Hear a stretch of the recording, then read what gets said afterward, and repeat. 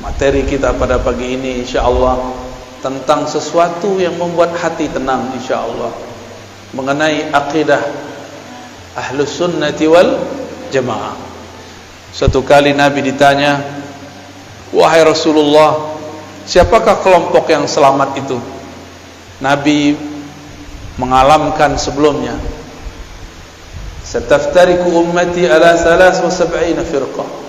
Umatku akan terpecah menjadi 73 golongan.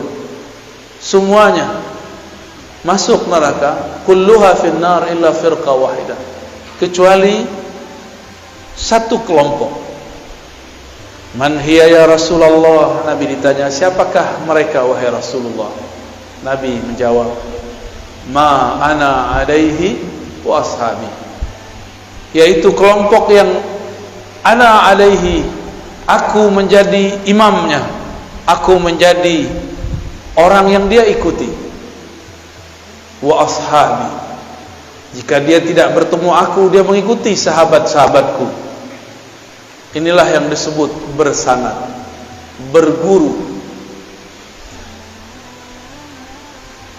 Lalu apakah yang Nabi ajarkan kepada para sahabat? Bertahun-tahun lamanya Nabi hanya diturunkan surat Al-Ikhlas, Qul huwallahu ahad. Sebelum ada perdebatan sifat 20, sebelum ada perdebatan tauhid, uluhiyah, rububiyah, asma wa sifat, belum ada semua itu. Nabi diberikan yang sempurna dan sederhana. Walaupun saya penganjur untuk belajar sifat 20, tapi kalau Bapak Ibu susah memahaminya, saya berikan jalan yang lebih mudah. Mau? Mungkin di beberapa kajian sudah ada yang mengamati. Itulah yang ada dalam Qul huwallahu ahad. Suatu kali ada seorang panglima Rasulullah sallallahu alaihi wasallam diperintahkan untuk memimpin perang sekaligus memimpin sholat. Setiap satu rakaat, 2 rakaat, di akhir rakaat dia selalu membaca Qul huwallahu ahad. Para sahabat merasa aneh, Rasulullah tidak pernah lakukan itu, kenapa dia lakukan? Ternyata beberapa Rasulullah sama sahabat Rasulullah sama seperti orang-orang hari ini. Kalau Nabi tidak lakukan bid'ah. Ternyata panglima ini lebih cerdas, tidak hanya strategi, dia juga cerdas secara fikih, cerdas secara rohani. Meskipun dia tidak melihat Rasulullah melakukan ini, menutup setiap rakaat dengan Qul huwallahu ahad, tapi dia lakukan. Disinilah kita tahu bahwa tidak semua yang tidak Nabi lakukan itu bid'ah. Pulang dari perang, hadis Sahih Bukhari, Kitabut Tauhid, bab tauhid dalam Sahih Bukhari. Sahabat pemimpin panglima perang ini dilaporkan kepada Rasulullah oleh pasukannya, berharap ini pasukan si panglima disidang. Biasa ada karakter sampai saat ini ada yang begitu, suka melapor-laporkan orang, suka mengadu-adu orang. Tapi sahabat yang ini bukan ingin mengadu, ingin mengkonfirmasi benarkah yang dilakukan oleh pemimpinnya. Sampai kepada Nabi, Nabi kemudian bertanya kembali, tanyakan kepada panglimamu, kenapa ia membaca Qul huwallahu ahad di setiap rakaat. Jangan tanya kepadaku. Walaupun Nabi secara rohani diberitahu oleh Allah, tapi Nabi tidak berhukum dengan hukum yang sir. Nabi tidak berhukum dengan hukum gaib.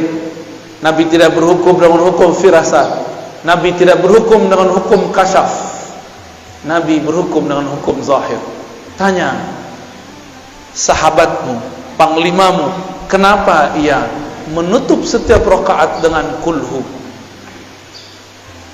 Karena orang ini mau cari tahu, maka Nabi SAW langsung berikan dia tugas. Datanglah dia kepada panglima. Wahai tuan panglima, kenapa engkau selesai satu surat di setiap rakaat menutupnya dengan Qul huwallahu ahad, padahal Rasulullah tidak pernah mengajarkan? Kira-kira begitu kalau diterjemahkan bebas. Apa jawaban orang ini? Ana uhibbuha, aku menyukainya, mencintai ayat ini, surat ini. Lianna fiha sifatullah, karena di dalam ada sifat-sifat dan nama-nama Allah. Heranlah si penanya ini, dan dia bawa jawaban itu kepada Rasulullah sallallahu alaihi. Sederhana jawabnya, bukan karena Rasulullah pernah lakukan, tapi karena di dalamnya ada nama-nama Allah, sifat-sifat Allah. Disampaikan kepada Nabi jawabannya. Apa kata Nabi?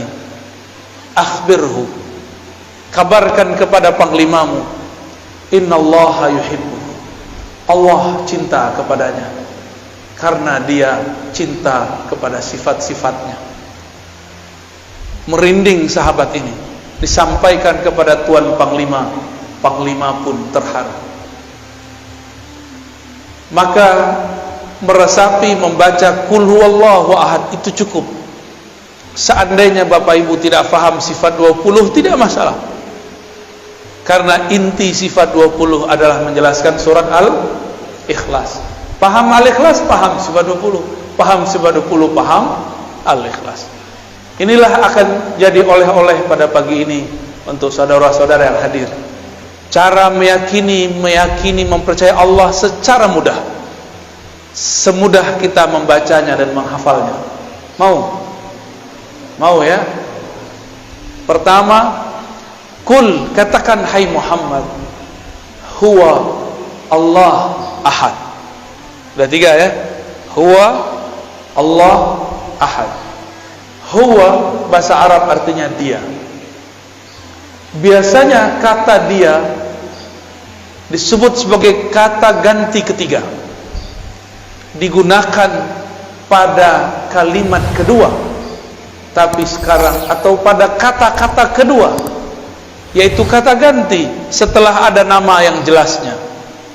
Ahmad membaca buku, titik, dia mau ujian. Dia ditulis setelah Ahmad. Sekarang dibalik, Kul huwa Allah ahad. Katakanlah hai Muhammad, dia dulu, Allah ahad. Apakah Allah salah? Mungkinkah Allah salah? Siapa yang mengatakan Allah salah, dia kafir. Apakah Nabi Muhammad lupa? Yang mengatakan Nabi Muhammad lupa, dia fasik, zindiq, bahkan bisa kafir. Jangan-jangan kita yang tidak mengerti ilmunya. Mengatakan huwa di depan nama yang zahir, berarti huwa pada Allah bukanlah nama ganti, bukanlah kata pengganti. Huwa pada Allah adalah nama. Huwa pada Allah adalah nama. Lebih dulu huwa daripada Allah, sehingga disebutlah huwa ini adalah nama. Nama untuk menghilangkan selain namanya. Oleh karena itu ahli-ahli zikir tidak mempermasalahkan kalau berzikir hu Allah. Allah itu lafaznya dari alif lam lam ha, akhirnya adalah hu. Hu berarti dia juga. Lalu waw itu untuk apa? Waw ini disebut waw tambahan zaidah. Asalnya waw itu tidak ada, lalu diadakan dalam bahasa Arab, maka menjadi huwa. Sebenarnya boleh dibaca hu Allah. Berat nggak? Bisa ngikuti? Ya. Hu. Apa yang terjadi di situ? Ada nafas yang dibuang, benar nggak? Hu Allah. Imam Abdul Qahir Al-Baghdadi dalam kitab Usuluddin, Imam Ghazali, Imam Al-Baihaqi, mereka sepakat bahwa huwa adalah ismun min asma'i, nama daripada nama-namanya. Namun orang-orang yang tidak mengerti mengatakan, apa itu zikir? Hu itu nama. Allah mengatakan, qul ud'ullah aw ud'ur rahman ayyaman tad'u falahul asmaul husna. Panggillah Allah, panggillah Rahman, atau dengan mana-mana nama engkau boleh memanggilnya. Jika huwa adalah bagian dari namanya, maka hu boleh dijadikan panggilan. Maka jangan heran Imam Ahlus Sunnah Abul Hasan Asy-Syadzili, siapa namanya? Abul Hasan Asy-Syadzili, salah satu wali kutub di zamannya. Dia berzikir dengan salah satu nama, Yahu, Yahu. Wahai yang menyebut dirinya dia, wahai yang menyebut dirinya dia. Ternyata di agama sebelumnya, agama Yahudi, mereka tidak boleh menyebut nama Allah, El. Mereka diperkenankan hanya menyebut nama Yahu, Yahweh. Sama. Yahweh bahasa Ibrani, Yahu bahasa Arab. Allah, Al itu bahasa Ibrani Suryani. El berarti Tuhan yang maha sempurna. Alif Lam berarti kesempurnaan. Jadi lafaz Allah itu sudah lafaz yang sangat umum dalam semua bahasa yang pernah ada. Bapak saudara yang makan Allah, itu baru hu. Kalau diteruskan panjang lagi. Saya kalau sebut dia, apakah dia dapat dilihat oleh mata? Dia manusia. Dia huwa. Apakah dia dapat dilihat oleh mata? Tidak. Apakah bisa disentuh? Tidak. Maka huwa bermakna dia yang maha suci daripada sifat jismiyah, sifat kebendaan. Allah bukan benda. Benda itu ada benda kasar, ada benda halus. Meja ini benda kasar, Pak. Cahaya lampu, cahaya matahari itu benda halus dalam bahasa Arab. Jismun. Tiada benda kecuali bertempat. Allah huwa, bukanlah benda. Itulah maknanya. Jika Allah bukanlah benda, maka kita tidak perlu mentakwil istawa. Istawa alal arsy, istawa bersemayam di atas arsy. Karena dia bukan benda, pastinya bukan menempati arsy. Karena dia bukan benda, dia tidak memerlukan arsy. Arsy yang memerlukan dia. Jika disebut yanzil, yanzilu Rabbuna, Rabb kita nuzul, turun. Karena dia bukan benda, turunnya bukan dari atas ke bawah. Disebut dalam Al-Quran, yadullah fawqa aydihim, tangannya di atas tangan mereka yang berbaiat. Karena dia bukan benda, maka tangannya bukan tangan ini, bukan juga tangan khayali, tapi hanya dia yang tahu maknanya. Inilah yang dikatakan oleh Imam Salafus Saleh, Imam Malik, Imam Syafi'i, Imam Ahmad, yang kemudian disalahartikan oleh sebagian kelompok.